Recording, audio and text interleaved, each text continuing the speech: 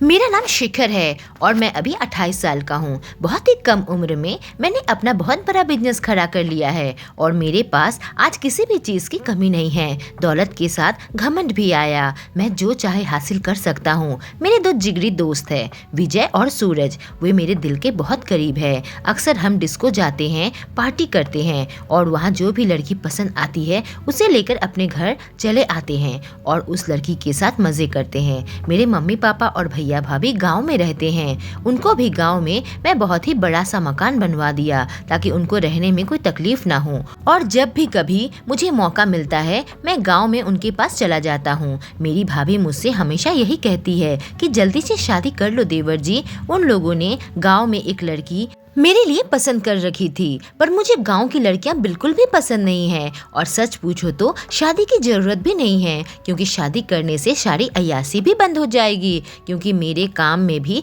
बहुत प्रेशर रहता है तो थोड़ा सा ऐश करना भी बनता है। पर मैं जब भी गाँव जाता मेरी मम्मी और भाभी किसी न किसी लड़की के घर लेकर चली जाती थी। उनका दिल रखने के लिए मैं लड़की देखने चला जाता था, पर बाद में कहता मुझे लड़की पसंद नहीं आई है और फिर रिश्ते को रिजेक्ट कर देता था। ऐसे ही मेरा दिन कट रहा था। एक बार मेरी भाभी ने मुझे एक लड़की की तस्वीर दिखाई। तस्वीर में तो लड़की बहुत ही खूबसूरत लगी। मुझे लड़की जच गई तो मैं अपने परिवार के साथ उसे देखने के लिए गया। लड़की देखने में भी काफी खूबसूरत थी और घर भी काफी अच्छा था, पर उसकी आंखें देखकर मुझे बहुत ही अजीब सा लगा। ऐसा लगा कि उसमें कोई बहुत बड़ा राज दफन है। मुझे समझ नहीं आया कि आखिर वह कौन सा राज छुपा रही है। वह लड़की भी शहर में रहती थी। शहर में वह अपनी एक दोस्त के साथ रहती थी। मैंने एक बार कॉल करके उस लड़की के साथ मिलने का प्लान बनाया, लेकिन मेरे दोस्त उस लड़की से मिलना चाहते थे। उनकी नज़र सही नहीं थी और यह तो मेरी होने वाली पत्नी हो सकती है अगर मैं शादी के लिए हाँ कर दूं तो। ना चाहते हुए भी मैं उसे एक रेस्टोरेंट में बुलाया। अपने दोस्तों को साथ लेकर गया। वह भी अपने उस दोस्त को अपने साथ लेकर आई थी जिसके साथ वह रहती थी। उसकी वह दोस्त कमाल की खूबसूरत लग रही थी और बहुत ज्यादा सेक्सी भी। उसने एक बहुत ही मॉडर्न सी ड्रेस पहनी हुई थी और अपने चेहरे को नेट से छुपा रखा था। इस लड़की की उम्र भी बहुत ही कम थी। मेरे दोस्त मेरी होने वाली पत्नी कोमल को न देखकर उस लड़की को ही देखते जा रहे थे और मुझे समझ आ गया था कि मेरे दोस्त के दिमाग में क्या चल रहा है। तभी मैंने कहा कि चलो ना एक साथ हम कहीं घूमने चलते हैं। यह बात सुनकर तो कोमल की आंखें बड़ी बड़ी हो गई। कोमल ने कहा पर अभी तो हमारी शादी भी नहीं हुई है, ऐसे में आपके साथ घूमने कैसे जा सकती हूँ। पार्टी खत्म होने के बाद मैं लड़कियों को उनके हॉस्टल में ड्रॉप कर दिया। उसके बाद मेरे दोस्त मेरे घर पर आ गए और वह लोग कोमल की दोस्त सुमन के बारे में ही बात करने लगे थे। वह बहुत ही अट्रैक्टिव थी और जिस तरीके के कपड़े पहन रखे थे, जिस तरीके से अपने चेहरे और अपने बदन को छुपा रखा था, मेरे दोस्त बिल्कुल पागल हो रहे थे। उस लड़की को हासिल करना चाहते थे। वह तो मुझे बार बार यही कह रहे थे किसी तरीके से मैं इस लड़की को पटाकर कहीं लेकर चलते हैं, पर मुझे पता था कि कोमल इस बात के लिए तैयार नहीं होगी। फिर भी मैंने कहा कि कोमल चलो ना, हम पांचों मिलकर कहीं पिकनिक चलते हैं। पर कोमल को शायद हमारे दोस्तों के बुरे इरादे के बारे में अंदाजा हो गया था तो वह बार बार मना कर रही थी। उधर मेरे दोस्त पागल हो रहे थे। वह हर हाल में उन दोनों के साथ मनाली जाना चाहते थे। ऐसा नहीं था कि वह लड़की मुझे पसंद नहीं थी, कोमल से ज्यादा वह लड़की मुझे भा गई थी। सुमन के अंदर एक अजीब सी कशिश थी और मैं भी उसे हर हाल में हासिल करना चाहता था।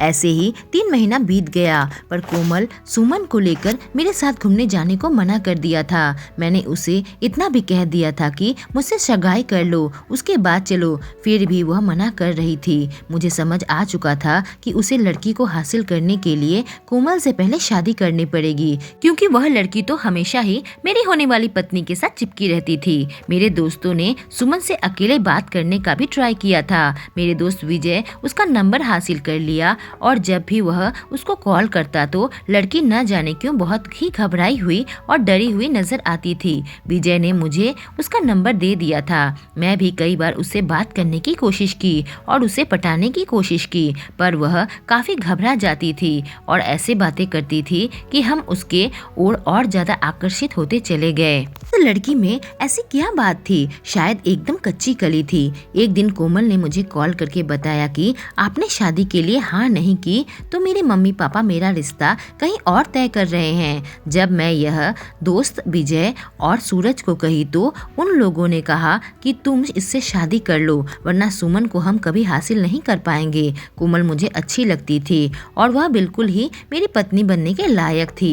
सिर से पांव तक खूबसूरत थी और बहुत ही काम की लड़की थी। मैंने अपने मम्मी और भाभी से कह दिया कि मुझे कोमल पसंद है और मैं जल्द से जल्द शादी करना चाहता हूँ। मेरे घर वालों ने कोमल के घर वालों से बात की और हम दोनों की शादी की डेट तय कर दी। शादी के दिन वह लड़की कोमल के साथ थी, यहाँ तक कि जब हम फेरे ले रहे थे वो लड़की उसी के पास एकदम सिमटी हुई थी।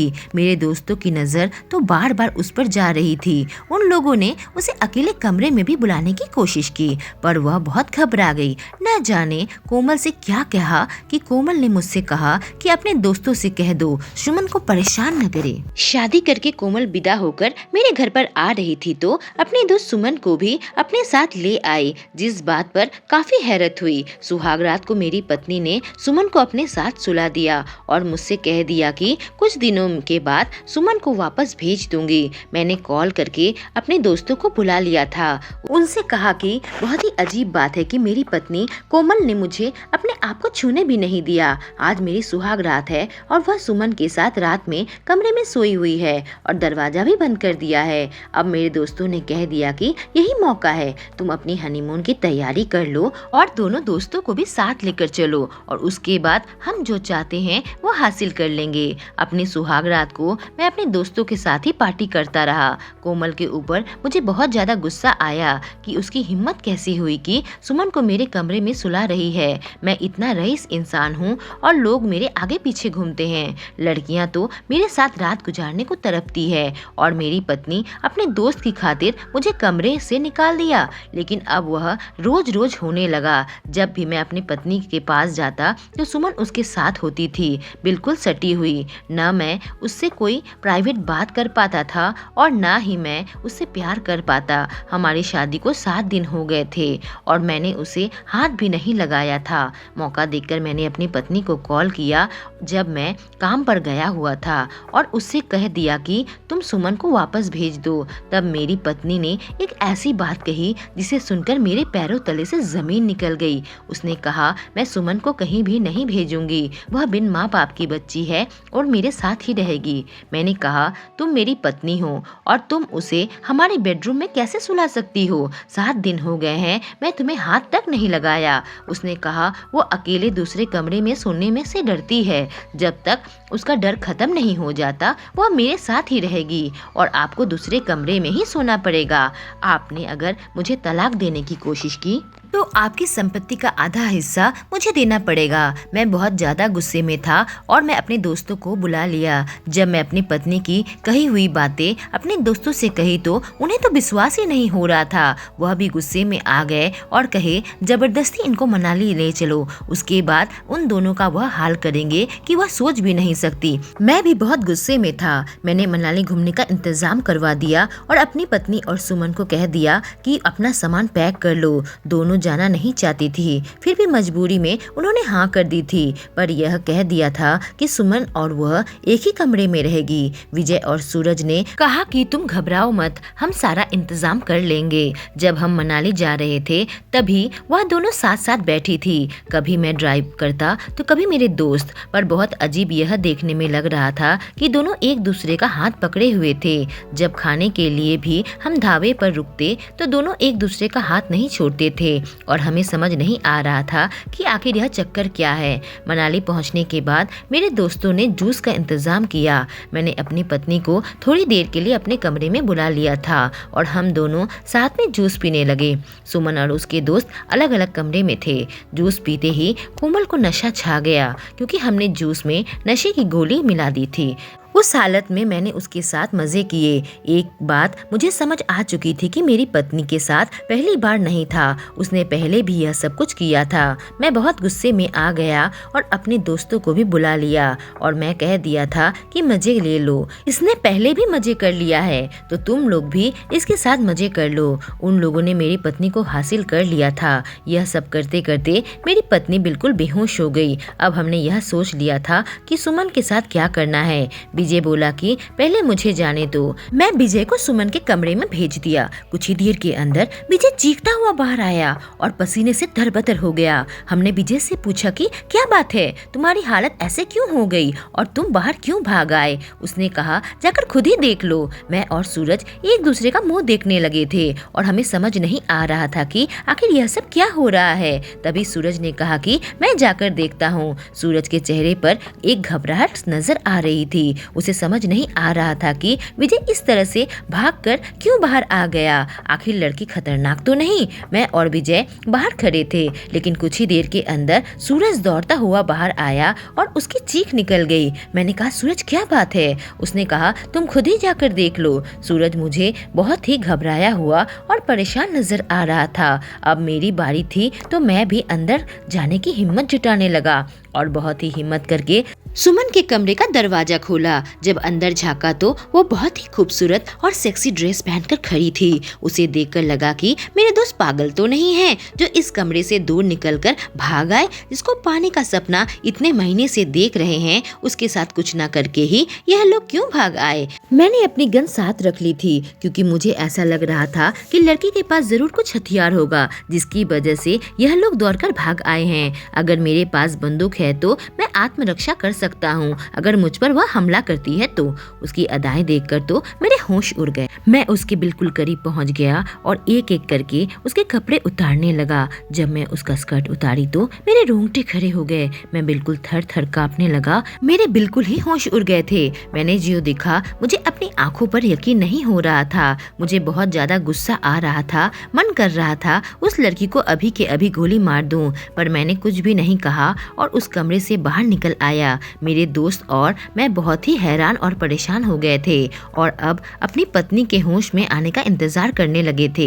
मेरी पत्नी के होश में आते ही हम वापस जाने की तैयारी करने लगे। रास्ते भर मेरी पत्नी और सुमन चिपक के बैठे थे और एक भी बात नहीं कर रहे थे। मुझे इतना गुस्सा आ रहा था कि लग रहा था कि दोनों की जान ले लूं। मैं अपने घर ना जाकर कोमल के मायके जाने लगा। यह देखकर वह बहुत डर गई और मुझसे माफी मांगने लगी। वह कह रही थी कि अगर मेरे मम्मी पापा को यह बात पता चल गया तो मेरी जिंदगी खराब हो जाएगी। लेकिन उसने मुझे धोखा दिया था और मेरे पास एक ही रास्ता था कि अपने ससुर के सामने अपनी पत्नी की सच्चाई दिखाऊं, क्योंकि मैं अगर उसे ऐसे तलाक दूंगा तो वह मेरी प्रॉपर्टी मांगने लगेगी। मैंने कहा तुमने जो कुछ भी किया है और उसके बाद तुम मुझसे मेरी प्रॉपर्टी मांग रही थी, तुम्हारी हिम्मत कैसे हो गई। अब देखो पूरी दुनिया के सामने मैं कैसे सच लाता हूँ। मेरी पत्नी रोने लगी थी, गिड़गिड़ाने लगी थी, कह रही थी कि मैं आपको बिना किसी शर्त के तलाक दे दूंगी और अपने जितने भी सोने के गहने हैं वह भी आपको दे दूंगी।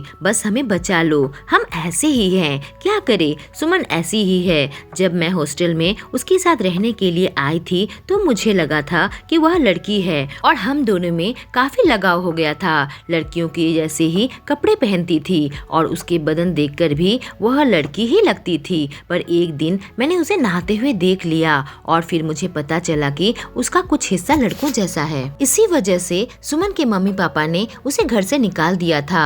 जब सुमन पैदा ली थी उन लोगों को लगा था कि बेटा हुआ है। डॉक्टर ने भी यही कहा था कि आपको लड़का हुआ है। 14 साल के बाद उसका बदन निखरने लगा और उसका अपर बॉडी लड़कियों जैसा हो गया और लोअर बॉडी लड़कों जैसा। शायद उसका कुछ ऑपरेशन भी होता है जिससे वो पूरे तरीके से लड़का बन सकती है या लड़की बन सकती है, पर इसके लिए बहुत पैसे चाहिए और उसमें बहुत बड़ा रिस्क है। उसकी कहानी सुनकर धीरे धीरे मुझे सुमन से प्यार हो गया था और हम दोनों के बीच में रिश्ता भी बन गया था। लेकिन मेरे मम्मी पापा जबरदस्ती मेरी शादी करवाना चाहते थे, मेरे बार बार मना करने के बावजूद भी। अगर मैं सुमन के बारे में उन लोगों को बताती तो वो कभी भी राजी नहीं होती, क्योंकि हमारा समाज ऐसे लोगों को कभी स्वीकार नहीं करता। मैंने कहा तुम शादी से पहले मुझे यह सारी बातें बता सकती थी, तुमने मेरी जिंदगी खराब की है। है।